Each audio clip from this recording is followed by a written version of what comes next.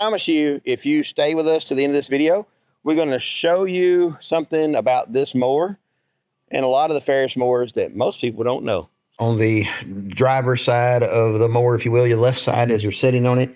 And this is part of the lifting linkage. And you can see here this grease fitting. A lot of people get this. It's pretty obvious, but down.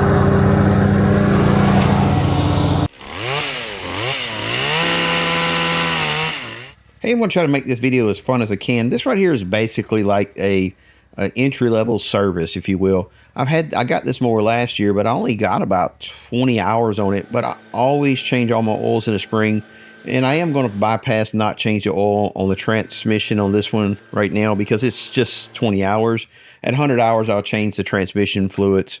But this is going to give you a lot of information on this mower that a lot of people just don't know. Hey, welcome back to the channel. I'm Tony, and this is Tony's Tractor Adventure. But today, this is going to be a Ferris adventure. We are going to service the Ferris ISX3300. Had to remember what the number is. And I promise you, if you stay with us to the end of this video, we're going to show you something about this mower and a lot of the Ferris mowers that most people don't know. So let's get to it. So let's get started on this service.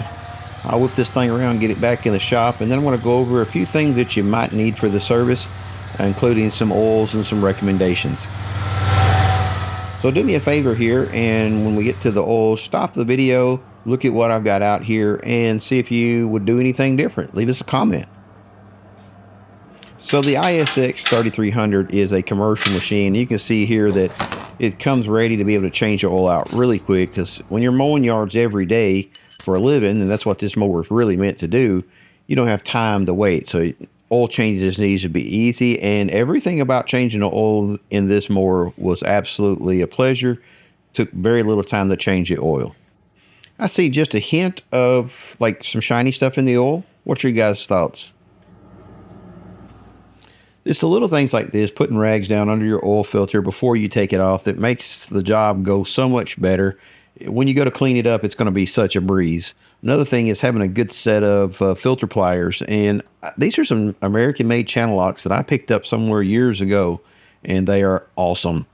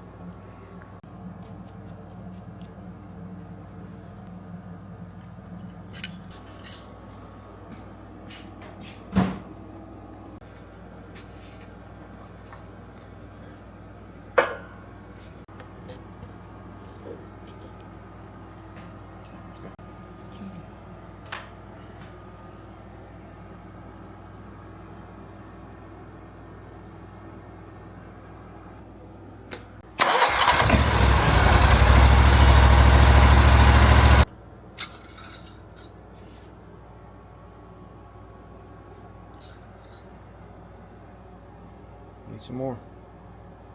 You see it?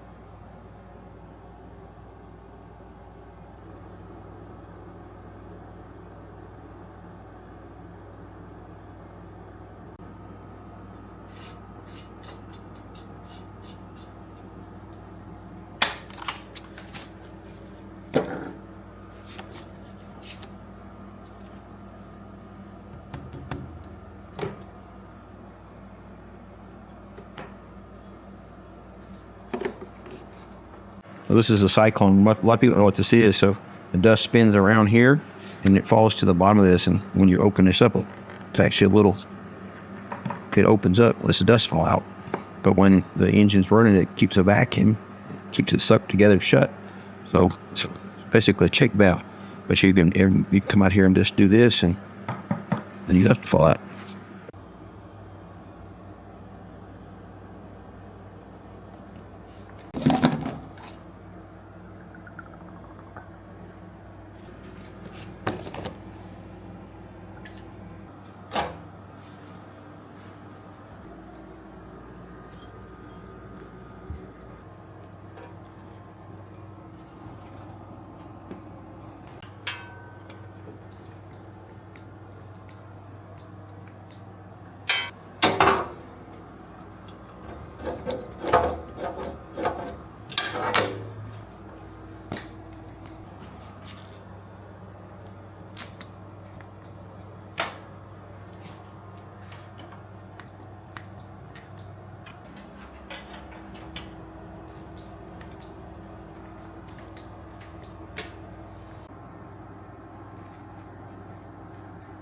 So I had to bring out the phone to get another shot of this video so you guys could actually see the things that are forgotten.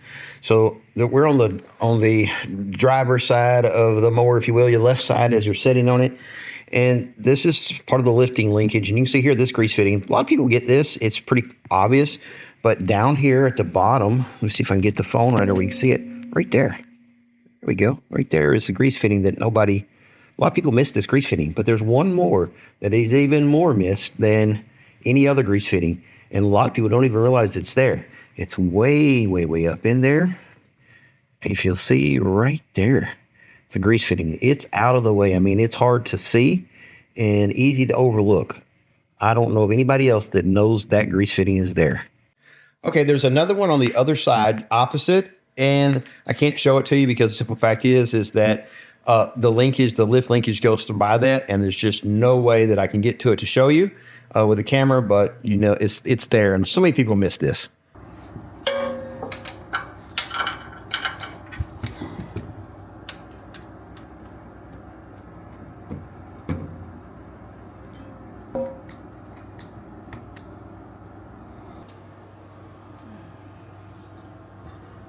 That's it. Not yet.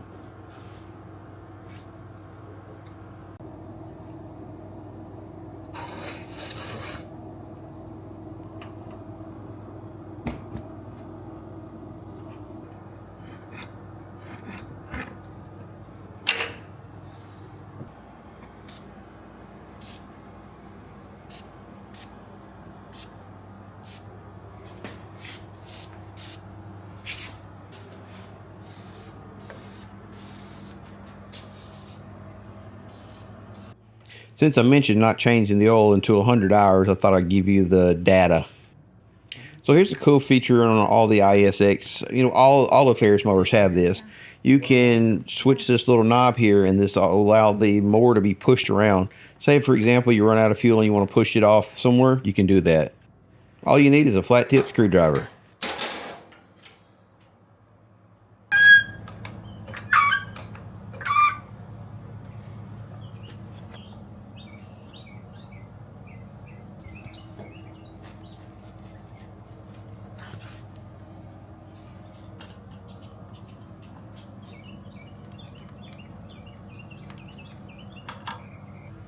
So this is something maybe you don't know about. On the front of your mower, there are these plugs. And what you're supposed to do is take the plug out, put a grease fitting in, and grease it, and then put the plug back in, because they're kind of afraid you're going to break it off, possibly because of where it's located at.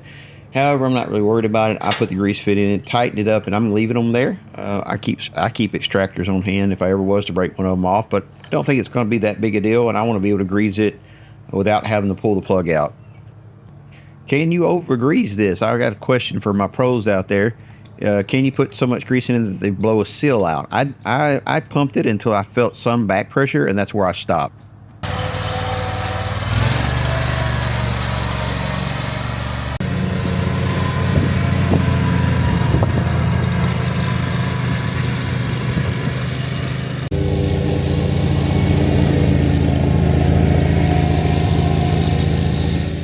So I'll leave you with this thought. I was sitting here watching this video as I edited it, and I got to realizing that it's as much fun to watch this thing mow as it is to actually be on it.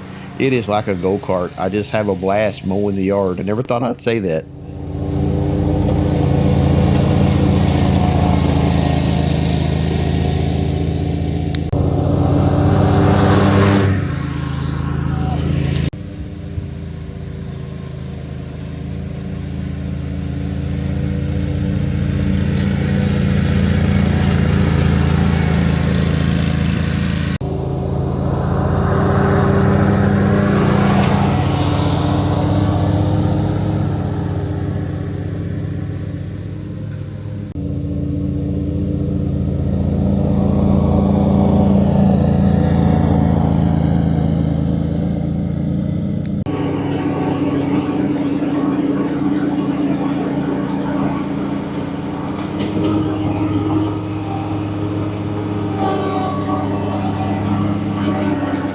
God bless. Have a great day.